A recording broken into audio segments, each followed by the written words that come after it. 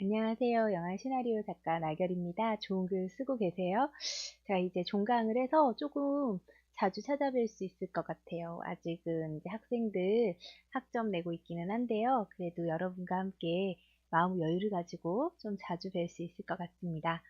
저와 함께 제 근황이 궁금하시거나 시나리오를 좋은 마음으로 쓰시고 싶으신 분들은 골든 해피어 카페에서 우리 서로 소통하면서 글을 써보는 것도 좋은 방법이 될 것 같습니다. 오늘은 중심이 되는 캐릭터 시간 이어서 가져보려고 해요. 중심이 되는 감정 관계에 대한 부분인데요. 우리가 어떤 시나리오를 쓸 때 초고가 완성되거나 어떤 이야기는 튼튼한데 감정이입이 안 되는 경우는 그 캐릭터의 관계와 캐릭터가 가진 성격적 결함과 그가 그것 때문에 이궈내는 인간관계가 명확하지 않을 때 그런 이야기들이 나오는 것 같아요. 저도 시나리오를 쓰면서 많은 시행착오를 겪고, 제작사랑 이야기를 하거나 피드백을 받았을 때, 이전에는 그게 그런 문제인 줄 모르고 대사를 세게 바꾼다거나 액션을 많이 넣어야지 이게 해결될 문제라고 생각했던 적도 있는 것 같아요. 그래서 막 굉장한 에피소드를 찾아서 넣어야지 그 임팩트 있는 가운데 이게 다 건너갈 거라고 생각하는 거죠. 하지만 중요한 것은 우리는 영화를 볼 때 사람에 대한 얘기를 보고 싶어 하고 사람에 대한 얘기를 듣고 싶어 한다는 거죠. 어떤 사람을 보는 것이 영화라는 거죠. 그렇다면 그 사람에게 감정이 이입될 만큼 그 사람의 인간관계라든지 혹은 그 사람의 어떤 성격적 결함이 해결되는 과정, 그런 결함들이 해결되는 과정 속에서 관객들은 관심을 가지고 이 캐릭터에게 몰입하게 된다는 거예요. 여러분의 시나리오가 어쩌면 지금 완성된 어떤 시나리오가 사건 배열은 굉장히 잘 되어 있을 가능성이 높아요. 우리가 어떤 행동이 시나리오를 만든다는 것은 알고 있기 때문에 대체적으로 사건들을 어떻게 끼워 맞출까를 많이 고민한답니다. 저 또한 그렇고요. 그러다 보니까 결과물이 나왔을 때 사실 어느 정도 사건은 적당 분량의 사건들은 다 있을 경우가 있어요. 그럼에도 불구하고 잘 읽히지 않거나, 혹은 그닥 감정이입이 안 된다는 평을 듣고 있으시다면, 그것은 어떤 사건의 문제가 아니라 사람의 문제일 수 있다는 얘기를 오늘 드리면서 이 책의 이야기 이어나가서 해보겠습니다. 우리가 영화를 보러 가는 이유는 이 책에서도 이렇게 얘기해요. 바로 사람을 보기 위해서 간다고요. 특수 효과가 나오는 영화라든지 거대한 재난 영화 같이 특수 효과가 나오는 영화라든지 음, 혹은 굉장히 스피드가 빠른 그런 영화들을 보더라도 호러 영화를 보더라도 그것은 사실은 사람에 대한 문제라는 거죠. 보다 정확하게 말하면은 중심 인물에 대한 이야기고 그가 누군가와 어떤 관계를 맺는 것에 대한 이야기라는 거죠. 그래서 액션 영화까지도 중심이 되는 인간관계가 나온다고 해요. 일단 감정관계를 하기 위해서 두 가지를 해야 돼요, 여러분은. 일단 감정관계라는 것이 만들어져야 된다는 것, 그리고 그것이 변화되어야 된다는 거예요. 이를테면 우리가 계속 예를 들고 있는 델마 루이스의 관계를 보면 델마가 오로지 루이스에게 끌려가는 관계에서 루이스가 델마를 이렇게 끌어줘야 되는 관계였죠. 지켜줘야 되는 관계에서 나중에 어떻게 돼요? 역전이 되는 상황이 발생해요. 결정을 델마가 내려주는 관계. 그러니까 의논할 수 있는 그런 관계까지 되게 자주적인 성격으로 바뀌어가죠, 델마가. 그런 것처럼 어떤 여러분의 이야기에서 중심이 되는 감정관계가 존재하는지 만약 없다면 하나를 만들어서 보강하라고 이 책에서는 이야기하고 있습니다. 감정관계는 영화 마찬가지로 처음, 시작, 끝이 있어야 돼요. 그러니까 우리가 첫 번째 장에서 이야기했듯이 7가지 포인트를 가지고 8개의 시퀀스를 나눴잖아요. 그 7개의 포인트가 같은 포인트로 사건을 이렇게 배열하셨다면 마찬가지로 그 안에 있었던 인간관계도 그 사건의 7가지 포인트와 같이 진화 발전해야 된다는 거죠. 종종 감정관계에 대한 스토리는 그 메인 사건의 스토리 포인트들과 조화를 일으키기도 하지만 항상 그런 건 아니에요. 그치만 밀접한 관계를 가지도록 여러분이 그것을 세팅은 하셔야 된다는 거예요. 여기서 과제를 하나 드리자면 진행 과정에 있어서 여러분의 영화의 중심이 되는 감정 관계가 있는지 확인하시고 그것이 어떻게 7개의 포인트를 가지고 있는지 확인해 보시면 좋을 것 같아요. 중요한 것은 오직 중심이 되는 관계 하나에 대해서만 검토해 보시라는 거예요.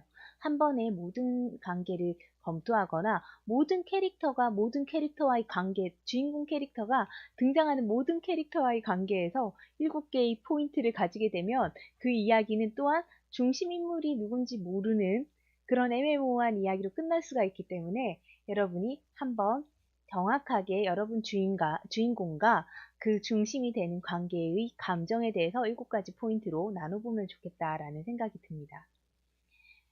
자, 그리고 이어서 나오는 것은 캐릭터 아크라는 말이에요.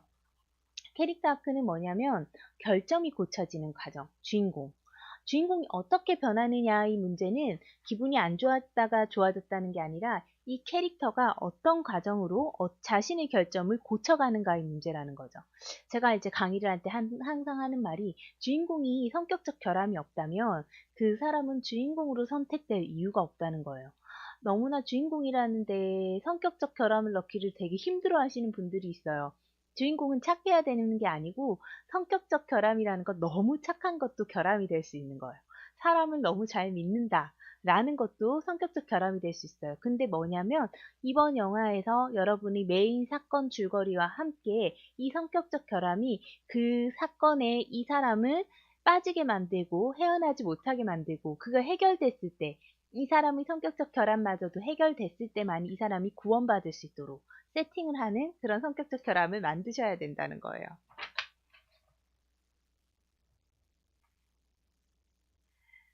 자, 그래서 여기서 예를 드는 것은 사랑의 블랙홀이에요.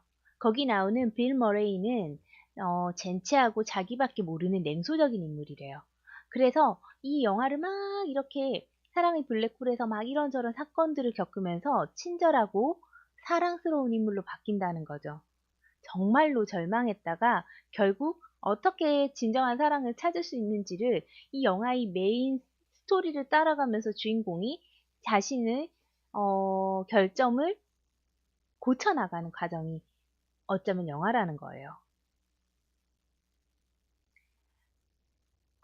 그리고 델마 루이스에서 델마를 또 예시로 설명하고 있어요. 처음 델마를 볼 때는 그 델마는 남편의 허락 없이는 아무것도 결정하지 못할 것 같은 꽉 막힌 주부로 보이죠. 그리고 자신의 인생의 주인공이 아니에요. 실제로는 노예랑 다름없어요. 근데 점차 자신의 삶을 찾아가죠.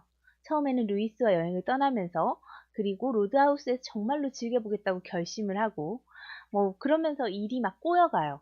그 과정에서 델마는 스스로가 어떻게 해야 되는지 스스로가 어떤 삶을 살아야 되는지 모르는 한 여성에서 자신의 삶을 선택하고 그리고 어떤 스스로 결정을 내린 것을 어떻게 움켜줘야 되는지를 아는 인간으로 바뀌어간다는 거죠.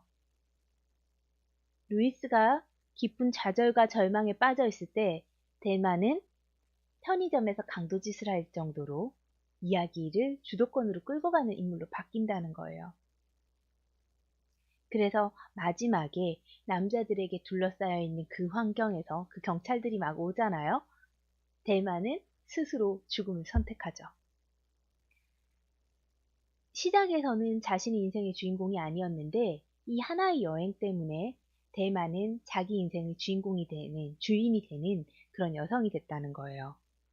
이렇게 어떤 여성을 세팅하셨을 때 처음부터 이 여자가 자신의 인생의 주인공이라고 생각하던 여성이라면 뒤에는 어떻게 돼야 될까요? 정반대의 상황이 나와야 돼요.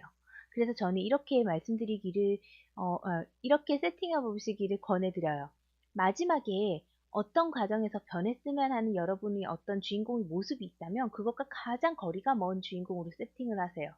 그런 거리가 먼 어떤 여러분의 메인 사건의 그 우리 세이브 더 캣에서의 절망의 순간과 같은 그런 순간에 절정에서 어떤 사건을 겪었을 때 반드시 있어야 할 성격적 소양이 있다면 그게 결핍된 캐릭터가 여러분의 주인공이 되는 거예요.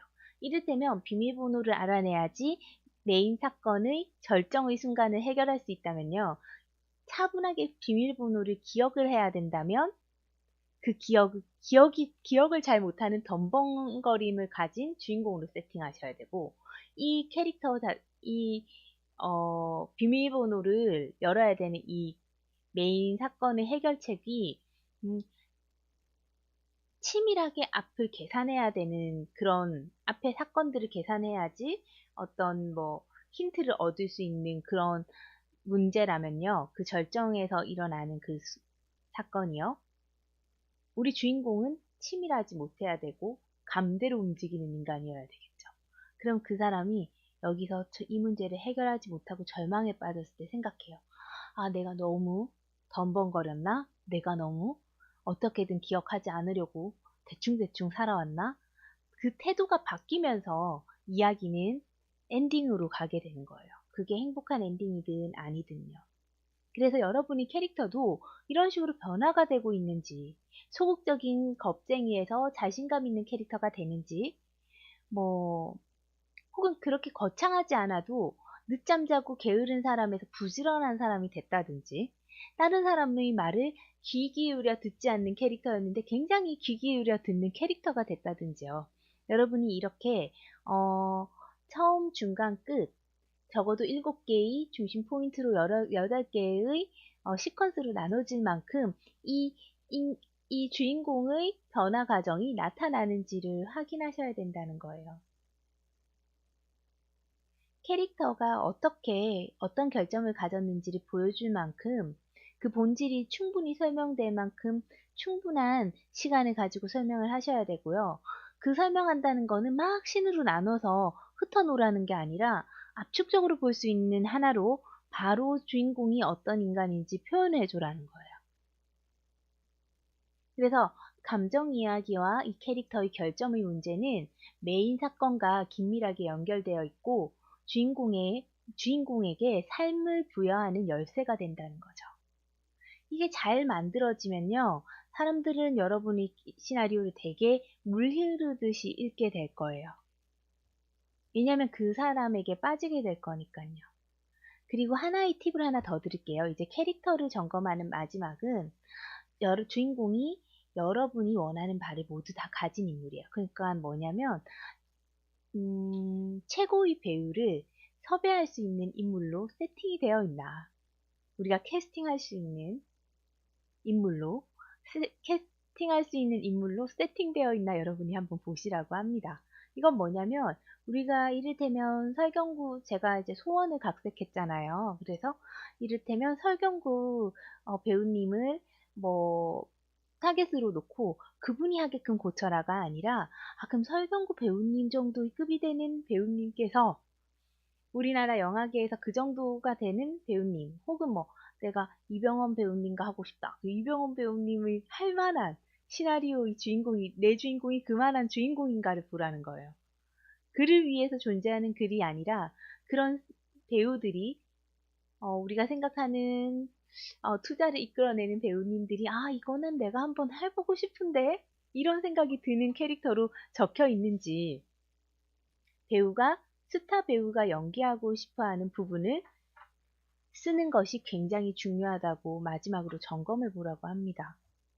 어떤 경우든 배우를 사로잡을 수 있는 역할이 있을 때 그게 제한이 되고, 배우들의 커리어를 확장시켜 주거나 그들을 보기 좋게 만들거나 최소한 좋은 배우로 보이도록 만들 수 있는 그런 역할을 여러분이 시나리오에 넣어야 된다는 거예요. 그래서 주인공이 여러분이 원하는 바를 모두 가진 인물로 만들어라고 이 책에서는 그런 부분을 표현해요. 그래서 여러분이 이렇게 생각해 보래요. 여러분의 캐릭터를 이렇게 테스트해 보래요. 여러분의 주인공이 열정이나 집념이 있는가? 여러분의 주인공은 무엇을 추구하고 있는가? 캐릭터는 자신의 방법으로 말하는가? 약점이 없는 사람은 없는데 어떤 약점을 가진 사람인가? 특이한 개성이 없는 사람도 없기 때문에 어떤 특이한 개성을 가지고 있는가? 주인공이 유머 감각이 있는가? 유머 감각이 막 웃겨라는 얘기가 아니에요. 재치 있고 재기발랄함이 있어야 된다는 뜻이고요. 주인공의 환경, 직업, 가정에 대해서 여러분이 잘 알고 계신지, 캐릭터들은 성장과 변화를 원하기 때문에 여러분 캐릭터도 그렇게 되고 있는지, 여러분 자신이 설정한 전제를 증명할 만한 캐릭터인지, 여러분의 세 가지 구성 요소, 캐릭터의 세 가지 구성 요소인 육체적, 사회적, 심리적 요소를 잘 이해하고 그들의 행동과 부합되는지 한번 테스트해 보래요. 그럼 지금 여러분이 하셔야 되는 일은 여러분이 캐릭터가 어떤 사람인지, 그가 원하는 게 무엇인지, 특정한 상황에서 어떤 행동을 하는지, 그리고 변해가는지를 철저하게 이해하신 후에요. 그리고 지금 현재 그 캐릭터가 직면하고 있는 문제가 뭔지도 한번 확인해 보래요. 그런 후에 글쓰기를 멈추고 현재 쓰고 있는 대본과 가장 유사한 장르 영화를 한번 보래요. 여러분이 그 영화를 완성했다고 생각하고 보시면 여러분이 캐릭터에 혹은 여러분의 시나리오가 가진 그 어떤 캐릭터가 무엇이 결핍되어 있는지 더 비교해서 알 수 있을 거라는 이야기를 드립니다. 사실 제가 시나리오 공부를 하면서 정말 많은 것을 내가 알았구나라고 느꼈을 때는 이 성격적 결합이라는 게 변화되는 것을 이 메인 사건과 함께 가야 된다는 것을 깨달은 순간이었던 것 같아요. 한번 여러분도 객관적으로 여러분 시나리오를 두고 이런 얘기를 하는 게 좋아가 아니라 이런 장면이 들어가는 게 좋아가 아니라 정말 이게 이 영화에서 필요한 건지 이 캐릭터의 이런 특성이 반드시 필요한 건지 여러분이 스스로 한번 이렇게 냉정하게 체크를 해보시면 좀 더 좋은 글로 다듬을 수 있을 거라고 생각이 듭니다. 항상 좋은 시간 함께 해주셔서 감사하고요. 어, 행복한 마음으로 누군가와 비교하지 않고 자신의 과거와 어제와 비교해서 오늘 조금 더 나은 글을 쓰면 된다는 마음으로 우리 행복하게 편안한 마음으로 글을 썼으면 좋겠습니다. 이거 하나는 있는 것 같아요. 오늘도 제가 글을 쓰다가 저 자신도 힘들 때가 있거든요. 그럴 때 생각해요. 오늘 조금 더 노력하면 내일은 조금 더 나은 작가가 될 거라고요. 여러분도 그러실 거라고 믿습니다. 행복한 글쓰기 하시고요. 저는 다음 시간에 또 뵐게요. 감사합니다.